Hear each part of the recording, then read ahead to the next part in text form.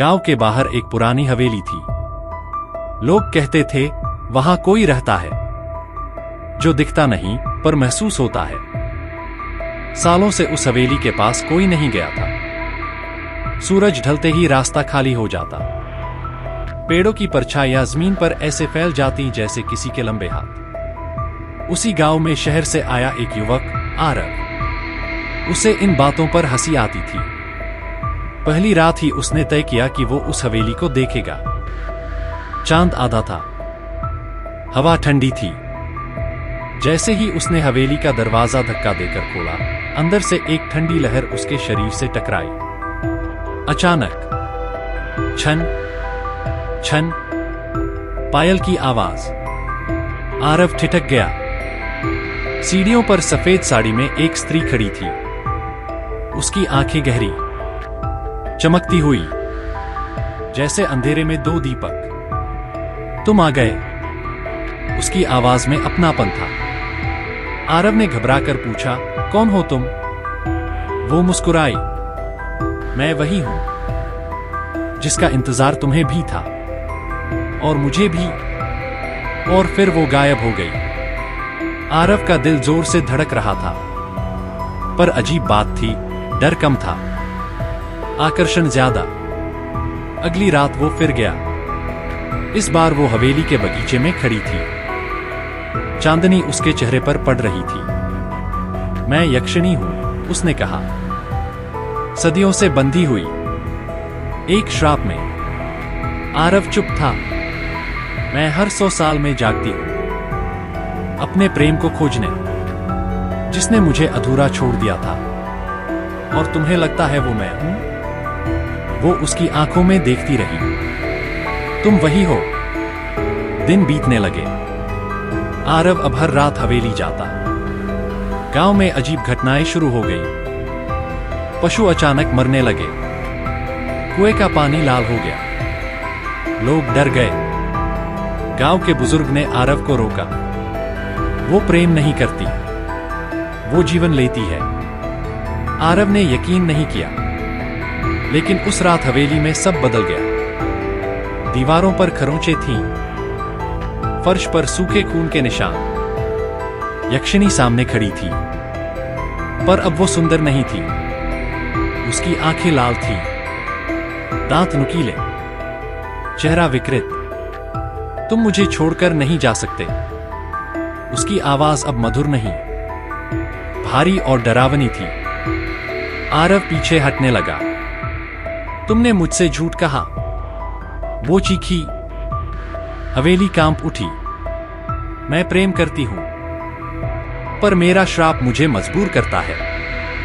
अगर मैं तुम्हारी जीवन ऊर्जा नहीं लूंगी, तो मैं हमेशा के लिए नष्ट हो जाऊंगी। आरव के हाथ में एक ताबीज था। गांव के पुजारी ने दिया था। उसने मंत्र पढ़ना शुरू किया। यक्षिणी दर्द से चिल्लाई। उसका शरीर धुएं में बदलने लगा, लेकिन उसकी आंखों में आंसू थे। अगर तुम सच में मुझसे प्रेम करते हो, तो मुझे मुक्त कर दो। आरव की आंखों में भी आंसू थे। उसने मंत्र पूरा किया। तेज प्रकाश फैला। हवेली की दीवारें टूटने लगीं। यक्षिणी की आवाज गूंजी, अगले जन्म में मैं तुम्हें फिर ढूंढूंगी। और सब शांत हो गया।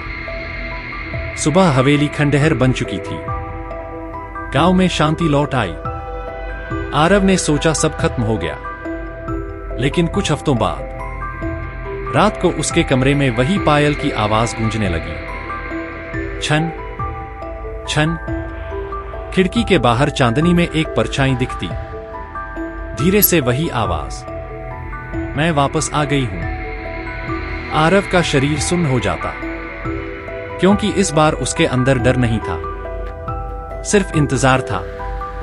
कहते हैं आज भी उस गांव में एक नई हवेली बन रही है, और रात के समय वहां से पायल की आवाज आती है।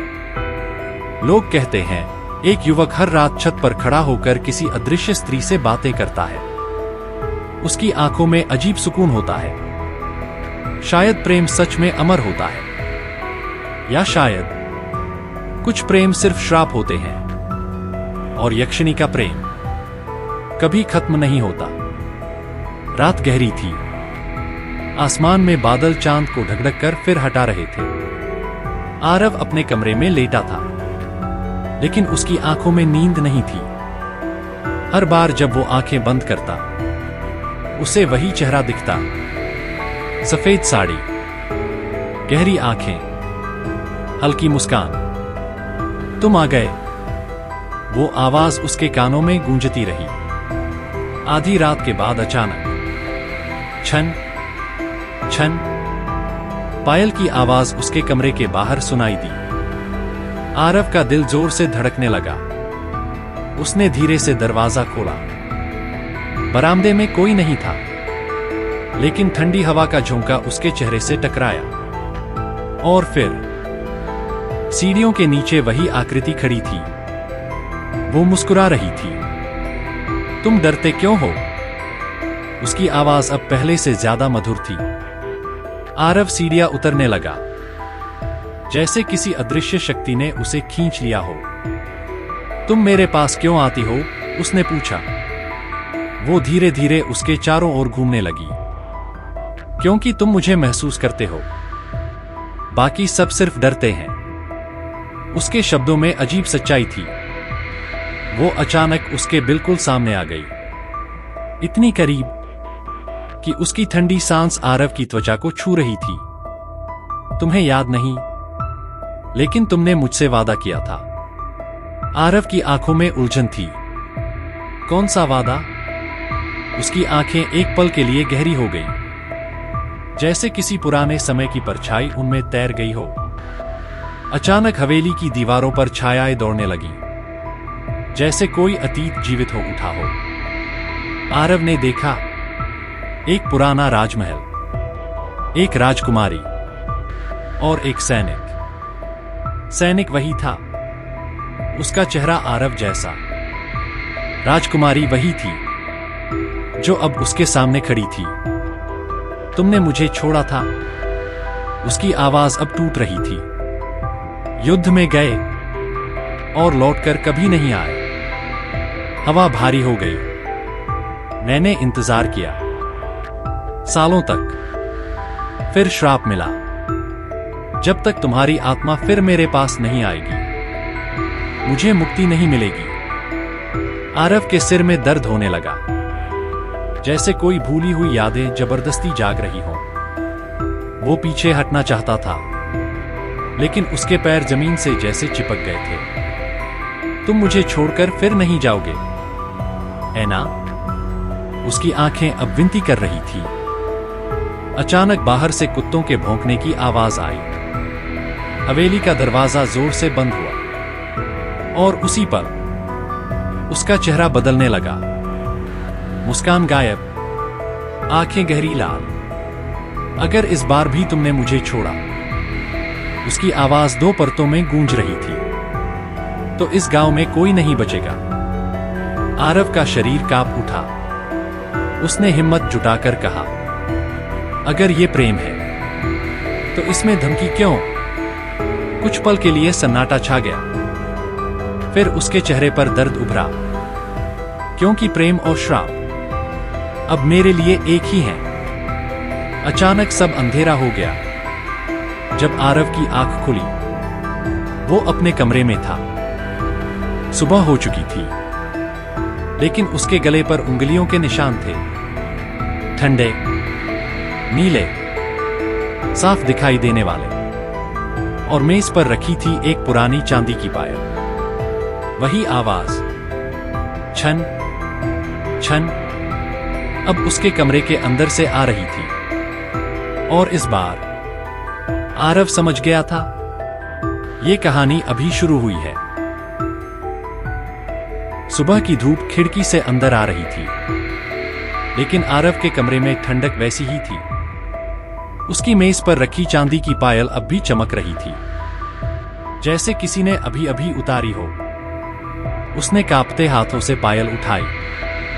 जैसे ही उसकी उंगलियां उससे छुईं, उसके कानों में फुसफुसाहट गूंजी, तुम मुझे भूल नहीं सकते। आरव ने घबराकर पायल नीचे फेंक दी। लेकिन आवाज बंद नहीं हुई। दिन भर उसे अजीब सा एहसास होता रहा, जैसे कोई उसके पीछे चल रहा हो, कोई उसे देख रहा हो। गांव के लोग अब उससे दूर रहने लगे थे। उन्हें लगता था वो हवेली की बुरी छाया अपने साथ ले आया है। शाम होते होते खबर फैली, गांव के पास वाले तालाब में एक चरवाहे की लाश मिली है। उसकी आंखें खुली थीं, चेहरे पर भय जमा हुआ था। लोग फुसफुसा रहे थे, यक्षिणी जाग चुकी है। आरव का दिल डूब गया। क्या ये सब उसकी वजह से हो रहा था? रात होते ही कमरे में फिर वही सन्नाटा छा गया। हवा भारी, सांस लेना मुश्किल। अचानक आईने में कुछ हलचल हुई। आरव ने देखा, उसके पीछे कोई खड़ा है। वही सफेद साड़ी, वही काले लंबे बाल, लेकिन इस बार उसकी आंखों में करुणा नहीं थी, सिर्फ भूख थी। आरव ने मुड़कर देखा, कमरा खाली था। फिर आईने में उसकी परछाई मुस्कुराई, लेकिन वो मुस्कान उसकी नहीं थी। तुम मेरे हो, आईने से आवाज आई। आरव पीछे हट गया। उसकी सांसें तेज हो गईं। तुम्हारे बिना मैं अधूरी हूं, और तुम्हारे साथ ये संसार अधूरा हो जाएगा। अचानक कमरे की लाइट बुझ गई। अंधेरे में सिर्फ पायल की आवाज गूंज रही थी। छन छन छन। वो आवाज अब तेज होती जा रही थी, जैसे कोई उसके बिल्कुल करीब आ रहा हो। अचानक किसी ने उसके कंधे को छुआ। स्पर्श बर्फ जैसा ठंडा था। आरव ने आंखें कसकर बंद कर ली। डरो मत, उसकी आवाज फिर मधुर हो गई। मैं तुम्हें नुकसान नहीं पहुंचाऊंगी, लेकिन अगर तुमने मुझे ठुकराया तो ये गांव मेरे क्रोध से नहीं बचेगा। आरव के मन में तूफान था। क्या वो सच में उससे प्रेम करती है, या ये सब एक जाल है? उसी पल खिड़की अपने आप खुल गई। तेज हवा अंदर आई। चांदनी में यक्षिणी का पूरा रूप दिखा। उसके पैरों के नीचे जमीन को छूती ही नहीं थी। उसकी परछाई नहीं थी। वो धीरे धीरे हवा में तैरते हुए उसके पास आई। मैं तुम्हें अपना बनाना चाहती हूं, सदा के लिए। उसने अपना हाथ आगे बढ़ाया। उसकी उंगलियां लंबी, नाखून नुकीले। बस एक स्पर्श और तुम मेरे लोक में आ जाओगे। आरव की धड़कन रुकने लगी। उसके सामने दो रास्ते थे, या तो वो उसका हाथ थाम ले, या फिर हमेशा के लिए उसे खो दे। बाहर अचानक बिजली कड़की। कमरे में तेज रोशनी फैली। एक पल के लिए आरव ने उसके चेहरे पर दर्द देखा, जैसे वो खुद अपने अस्तित्व से लड़ रही हो।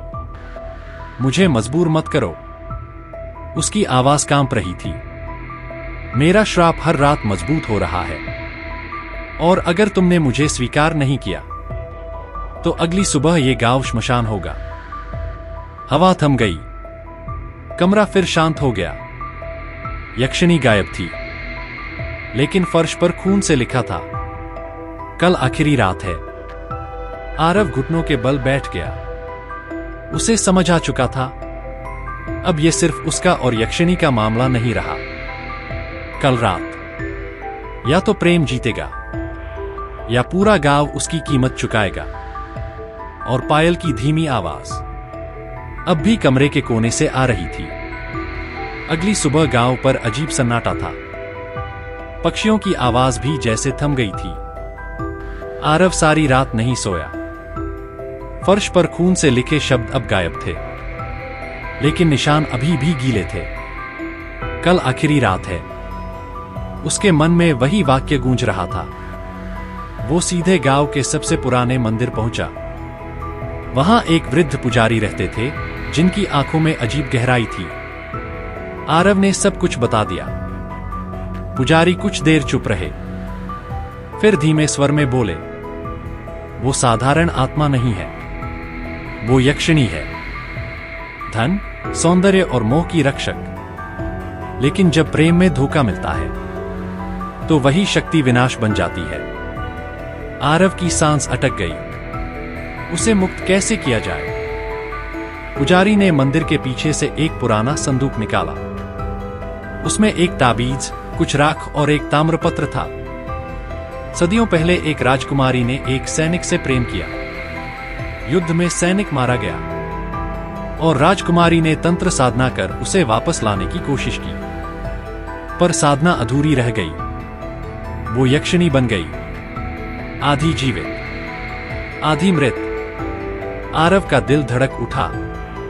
क्या वो राजकुमारी वही है? पुजारी ने सिर हिलाया। और तुम? शायद वही सैनिक की आत्मा हो। हवा अचानक ठंडी हो गई। आज रात अमावस्या है। उसकी शक्ति सबसे प्रबल होगी। या तो तुम उसका प्रेम स्वीकार कर उसके लोक में चले जाओगे, या फिर उसे मुक्त करोगे। आरव ने कांपते हाथों से ताबीज लिया। अगर मैं असफल हुआ? पुजारी की आवाज भारी हो गई। तो पूरा गांव उसके श्राप में समा जाएगा। शाम ढलने लगी। आसमान में काले बादल छा गए। गांव के लोग अपने घरों में बंद हो गए। दरवाजों पर नींबू मिर्च लटका दिए गए। आरव अकेला हवेली की ओर बढ़ा। आज हवेली पहले से ज्यादा जीवित लग रही थी। दीवारों से फुसफुसाहट आ रही थी, जैसे सैकड़ों आवाजें एक साथ बोल रही हों। दरवाजा अपने आप खुल गया। अंदर अंधेरा था। सिर्फ बीच हाल में दिए जल रहे थे और उनके बीच वो खड़ी थी। आज उसका रूप अद्भुत था, पहले से भी ज्यादा सुंदर, लेकिन उसकी परछाई अब भी नहीं थी। तुम आ गए। उसकी आवाज में खुशी थी और पागलपन भी। आज हम एक हो जाएंगे। आरव ने ताबीज कसकर पकड़ लिया। या आज सब खत्म हो जाएगा। उसकी आंखें एक पल के लिए चमकी। तुम मुझे छोड़ नहीं सकते। मैंने सदियों इंतजार किया है। अचानक हवेली की खिड़कियां बंद हो गई। दिए तेज जलने लगे। जमीन पर एक लाल गोला चमकने लगा। बस इस रेखा के अंदर आ जाओ और सदा के लिए मेरे हो जाओ। आरव का सिर घूमने लगा। उसके कानों में मधुर संगीत गूंजा, जैसे कोई स्वर्गिक लोक उसे बुला रहा हो। एक पल के लिए उसने कदम आगे बढ़ाया। तभी उसे तालाब में मरे चरवाहे का चेहरा याद आया। गांव वालों का डर याद आया। उसने आंखें बंद की। अगर ये प्रेम है तो इसमें बलिदान भी होगा। उसने ताबीज हवा में उठाया और मंत्र पढ़ना शुरू किया। यक्षिणी की चीख पूरे हवेली में गूंज उठी। उसका सुंदर चेहरा धीरे धीरे विकृत होने लगा। आंखें लाल, बाल हवा में बिखर गए। तुम फिर मुझे छोड़ रहे हो? हवेली की दीवारों में दरारें पड़ने लगी। आरव ने मंत्र तेज आवाज में दोहराया। यक्षिणी उसके करीब आई। उसका हाथ आरव के सीने के आर पार जाने लगा। अगर मैं नष्ट हुई तो तुम्हारी आत्मा भी कभी शांति नहीं पाएगी। अचानक ताम्रपत्र जल उठा। तेज प्रकाश फैला। यक्षिणी दर्द से तड़प उठी। लेकिन उसी पल उसकी आंखों में पहली बार क्रोध नहीं, आंसू थे। मुझे मुक्त कर दो। उसकी आवाज अब कोमल थी। आरव के होंठ कांपे। मंत्र का अंतिम शब्द उसके गले में अटक गया। क्या वो उसे सच में खत्म कर देगा, या उसके साथ उस अंधेरे लोक में चला जाएगा? बाहर बिजली कड़की। हवेली जोर से हिली। और अगला पल सब कुछ तय करने वाला था। हवेली कांप रही थी। दीवारों से धूल झर रही थी। दियों की लौ पागलों की तरह नाच रही थी। आरव के सामने यक्षिणी खड़ी थी। आधा चेहरा दिव्य, आधा भयानक। उसकी आंखों में आंसू थे। मुझे फिर मत छोड़ो। उसकी आवाज में पहली बार भय था। विनाश का नहीं, अकेलेपन का। आरव का हाथ कांप रहा था। ताबीज जलने लगा था। मंत्र का अंतिम शब्द उसके होंठों पर ठहरा हुआ था। उसने उसकी आंखों में देखा। उसे वहां क्रोध नहीं दिखा, सिर्फ सदियों का इंतजार। अगर मैं तुम्हें मुक्त कर दूं, तो क्या तुम सच में आजाद हो जाओगी? यक्षिणी मुस्कुराई, एक थकी हुई मुस्कान। मुक्ति दर्द देती है, लेकिन बंधन उससे भी ज्यादा। हवेली की छत से पत्थर गिरने लगे। समय खत्म हो रहा था। आरव ने गहरी सांस ली और मंत्र का अंतिम शब्द बोल दिया। अचानक तेज प्रकाश फैला, इतना तेज कि आंखें खुली रखना असंभव था। यक्षिणी चीखी, लेकिन उस चीख में अब क्रोध नहीं था। उसका शरीर धुएं में बदलने लगा, धीरे धीरे, जैसे कोई सुबह की धुंध सूरज में घुल जाती है। उसने अपना हाथ आरव की ओर बढ़ाया। इस बार उसके नाखून नहीं थे। उसका स्पर्श ठंडा नहीं, हल्का था। अगले जन्म में, अगर भाग्य ने चाहा, तो मैं श्राप नहीं, सिर्फ प्रेम बनकर आऊंगी। उसकी आंखों से आखिरी आंसू गिरा और वो गायब हो गई। प्रकाश खत्म हुआ। हवेली पूरी तरह ढह चुकी थी। आरव मलबे के बीच खड़ा था। चारों ओर सन्नाटा, सिर्फ सुबह की पहली किरण। गांव वाले धीरे धीरे बाहर निकले। हवा अब भारी नहीं थी। तालाब का पानी साफ था। सब कुछ सामान्य लग रहा था। दिन बीत गए। आरव गांव छोड़कर शहर लौट आया। उसने सोचा सब खत्म हो गया। लेकिन एक रात, जब वो अपने नए घर की बालकनी में खड़ा था, चांद पूरा था। हवा में हल्की सी खुशबू फैली। फिर वही आवाज, छन छन। उसका दिल रुक गया। उसने पीछे मुड़कर देखा। दरवाजे के पास कोई नहीं था, लेकिन फर्श पर एक चांदी की पायल पड़ी थी, वही जिसे उसने उस पहली रात छुआ था। उसने धीरे से उसे उठाया। इस बार डर नहीं था, सिर्फ एक अजीब सा सुकून। हवा में हल्की सी फुसफुसाहट गूंजी। प्रेम कभी मरता नहीं, बस रूप बदल लेता है। आरव ने आसमान की ओर देखा। चांदनी में एक धुंधली आकृति मुस्कुरा रही थी, ना भयानक, ना श्रापित, सिर्फ शांत। और फिर वो धुंध में घुल गई। कहते हैं, कुछ प्रेम कहानियां अंत तक नहीं पहुंचती, वे समय के पार चली जाती हैं। और जब भी अमावस्या की रात को कहीं पायल की हल्की आवाज सुनाई दे, तो समझ लेना किसी यक्षिणी का प्रेम अभी भी अधूरा है।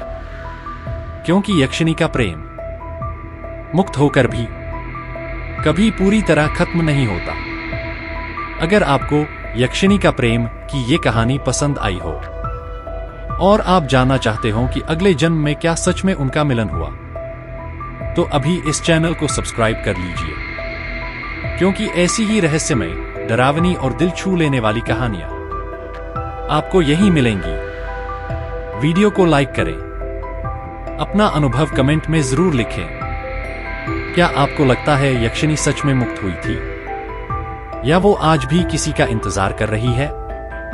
घंटी का बटन दबाना मत भूलिए, कहीं ऐसा ना हो अगली बार पायल की आवाज आए और आप उसे सुन ही ना पाएं। फिर मिलेंगे एक और रहस्यमयी कहानी के साथ।